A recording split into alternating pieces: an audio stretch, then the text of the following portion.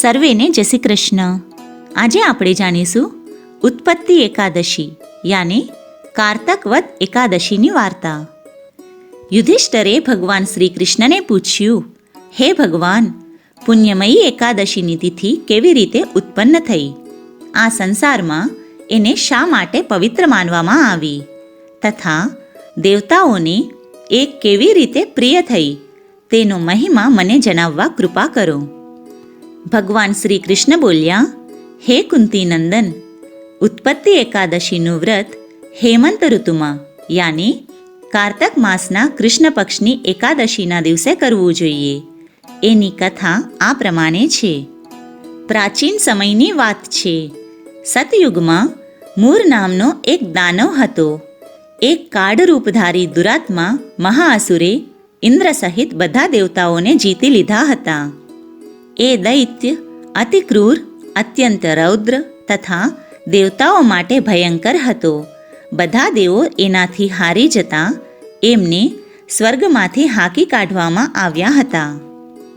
પરાજિત દેવો શંકાશીલ તથા ભયભીત થઈને પૃથ્વી પર વિચર્યા કરતા હતા.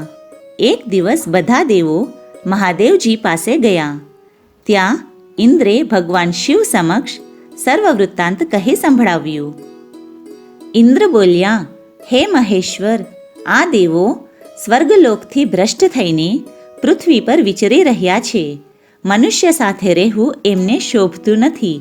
હે દેવ, આ આપત્તિમાંથી છૂટવાનો કોઈ ઉપાય બતાવો. અમે બધા દેવતાઓ કોનો સહારો લઈએ? મહાદેવજીએ કહ્યું, હે દેવરાજ, જ્યાં બધાને શરણ આપનારા, બધાની રક્ષામાં તત્પર રહેનારા જગતના સ્વામી ભગવાન ગરુડધ્વજ બિરાજમાન છે, ત્યાં જાઓ.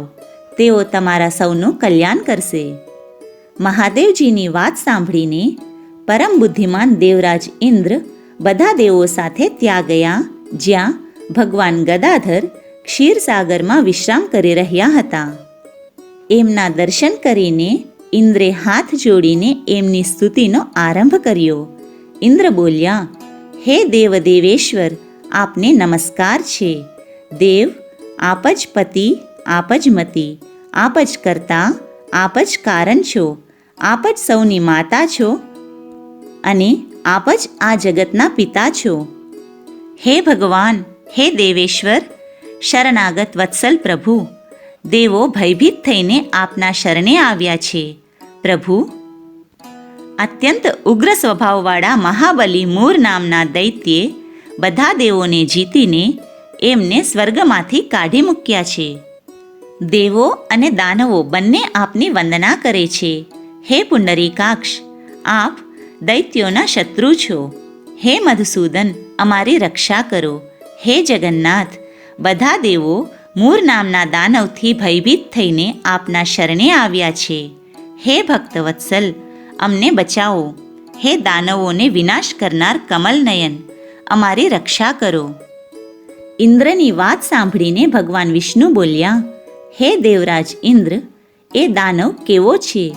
એનું રૂપ અને બળ કેવું છે? તથા એ દુષ્ટનું રહેવાનું સ્થાન ક્યાં છે તે મને જણાવો. ઇન્દ્ર બોલ્યા, હે દેવેશ્વર, પૂર્વકાળમાં બ્રહ્માજીના વંશમાં તાલજંગ નામનો એક મહાન અસુર ઉત્પન્ન થયો હતો. એ અત્યંત ભયંકર હતો. એનો જ પુત્ર મૂર દાનવના નામથી વિખ્યાત થયો છે. એ પણ મહાપરાક્રમી, ક્રૂર અને દેવો માટે અત્યંત ભયંકર છે. ચંદ્રાવતી નામે એક પ્રસિદ્ધ નગરી છે. એમાં જ સ્થાન બનાવીને એ નિવાસ કરે છે. એ દૈત્યે સમસ્ત દેવતાઓને હરાવીને એમને સ્વર્ગમાંથી કાઢી મૂક્યા છે.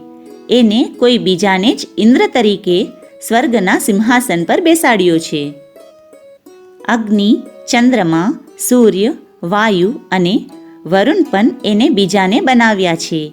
તે જાતે જ સૂર્ય બની પૃથ્વીને તપાવે છે અને જાતે જ મેઘ બની વરસાદ વરસાવે છે. હે જનાર્દન, હું સાચી વાત કહી રહ્યો છું. એને દેવોના બધા જ સ્થાનો અન્ય દૈત્યોને આપી દીધા છે. દેવતાઓને એને પ્રત્યેક સ્થાનથી વંચિત કરી દીધા છે. ઇન્દ્રનું કથન સાંભળીને ભગવાન વિષ્ણુને ઘણો જ ક્રોધ આવ્યો.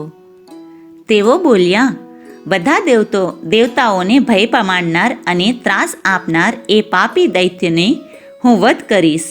આમ કહી તેઓ દેવતાઓને સાથે લઈને ચંદ્રાવતીપુરીમાં ગયા. એમને જોયું કે એ દૈત્યરાજ વારંવાર ગર્જના કરી રહ્યો છે અને એનાથી ભયભીત થઈને બધા જ દેવો 10 દિશાઓમાં ભાગી રહ્યા છે. આ બાજુ દૈત્યમૂર પોતાના તેજથી જાણી ગયો કે ભગવાન વિષ્ણુ પોતે જ મારી સાથે લડવા માટે આવ્યા છે. તે પોતાના રાક્ષસ યોદ્ધાઓ સાથે રણભૂમિમાં આવી ગયો. ભગવાન વિષ્ણુને જોઈને દાનવ બોલ્યો, ઊભો રહે વિષ્ણુ, હું તને છોડીશ નહીં. એનો આ પડકાર સાંભળી ભગવાનના નેત્રો ક્રોધથી લાલ થઈ ગયા. તેઓ બોલ્યા, અરે દુરાચારી દાનવ, મારી આ ભુજાઓને જો. આમ કહી ભગવાન યુદ્ધ કરવા માટે તત્પર થયા. આ જોઈ મૂરના તમામ રાક્ષસો પોતપોતાના આયુધો લઈ ભયાનક ગર્જના કરતા ભગવાન વિષ્ણુને મારવા દોડ્યા. એટલે ભગવાન શ્રી વિષ્ણુએ પોતાના દિવ્ય બાણોથી સામે આવેલા દુષ્ટ દાનવોને મારવાનું શરૂ કર્યું. ત્યાર પછી શ્રી વિષ્ણુએ દૈત્ય સેના પર ચક્રનો પ્રહાર કર્યો. એનાથી છિન્ન ભિન્ન થઈને સેંકડો યોદ્ધાઓ મોતના મુખમાં ચાલ્યા ગયા. હવે મેદાનમાં એકલો મૂર રાક્ષસ જ રહ્યો હતો. ભગવાન તેની સાથે લડવા લાગ્યા, પણ તેના તેજના પ્રતાપે ભગવાનના તમામ શસ્ત્રો નાશ પામતા ભગવાને તેની સાથે મલ્લયુદ્ધ કરવા માંડ્યું.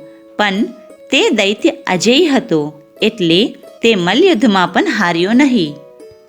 મૂર સાથેના યુદ્ધમાં ભગવાન થાકી ગયા હતા, એટલે આરામ કરવાની ઈચ્છાથી ભગવાન મધુસૂદન બદરિકાશ્રમ ચાલ્યા ગયા. ત્યાં સિંહાવતી નામની ગુફા હતી. એ 12 યોજન લાંબી હતી. એ ગુફાને એક જ દરવાજો હતો. ભગવાન વિષ્ણુ થાકેલા હોવાથી એમાં જ સૂઈ ગયા. ભગવાનનો પીછો કરતા દાનવે પણ ગુફામાં પ્રવેશ કર્યો. ત્યાં ભગવાનને સૂતેલા જોઈને એને ઘણો જ હર્ષ થયો. એને વિચાર્યું, આ દાનવોને ભય પમાડનાર વિષ્ણુ છે. આથી વહેલી તકે એમને મારી નાખવા જોઈએ. મૂર દાનવ આમ વિચારતો જ હતો, ત્યાં જ ભગવાન વિષ્ણુના શરીરમાંથી એક કન્યા પ્રગટ થઈ. એ ખૂબ જ રૂપવતી અને તેજસ્વી, સૌભાગ્યશાળી તથા દિવ્ય અસ્ત્ર શસ્ત્રથી યુક્ત હતી. એ ભગવાનના તેજના અંશમાંથી ઉત્પન્ન થઈ હતી. એનું બળ અને પરાક્રમ મહાન હતું. દાનવરાજ મૂરે એ કન્યાને જોઈ. કન્યાએ યુદ્ધનો વિચાર કરીને દાનવને યુદ્ધ માટે પડકારીને યુદ્ધ છેડ્યું. એ કન્યા બધા પ્રકારની યુદ્ધ કળામાં હોશિયાર હતી. દાનવ અને કન્યા વચ્ચે ભયંકર યુદ્ધ થયું. તેને મૂરના તમામ શાસ્ત્રોને ટુકડે ટુકડા કરી નાખ્યા. છતાં પણ દાનવ જીતાતો ન હતો.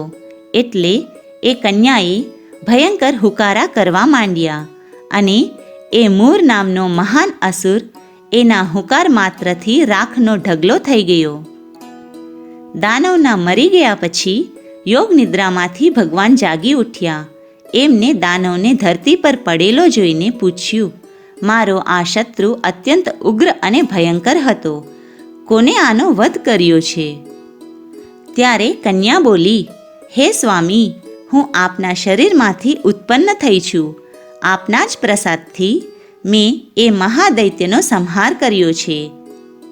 શ્રી ભગવાને કહ્યું, હે કલ્યાણી, તમારા આ કાર્યથી 3 લોકના મુનિઓ અને દેવો આનંદિત થયા છે.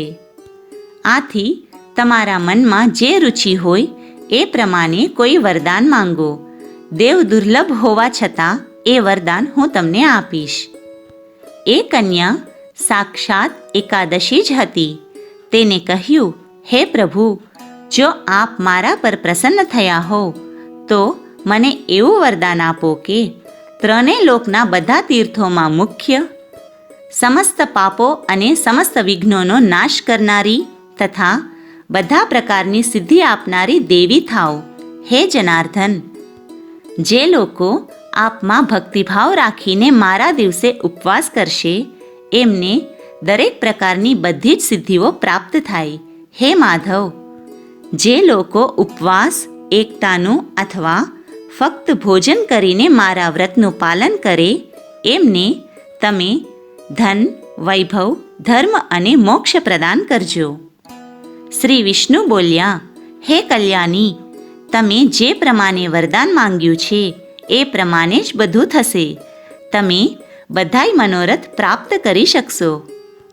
હું તમને મારી શક્તિ માનું છું. તમારા અને મારા ભક્તો એક જ રહેશે. જે ભક્ત ભક્તિભાવપૂર્વક એકાદશીએ મારું પૂજન કરશે તેના બધા પાપોને હું બાળીને ભસ્મ કરી નાખીશ અને તેને મોક્ષ આપીશ. આવું વરદાન પામીને મહાવ્રતા એકાદશી ખૂબ જ પ્રસન્ન થઈ. બોલો શ્રી કૃષ્ણ કનૈયા લાલ કી જય.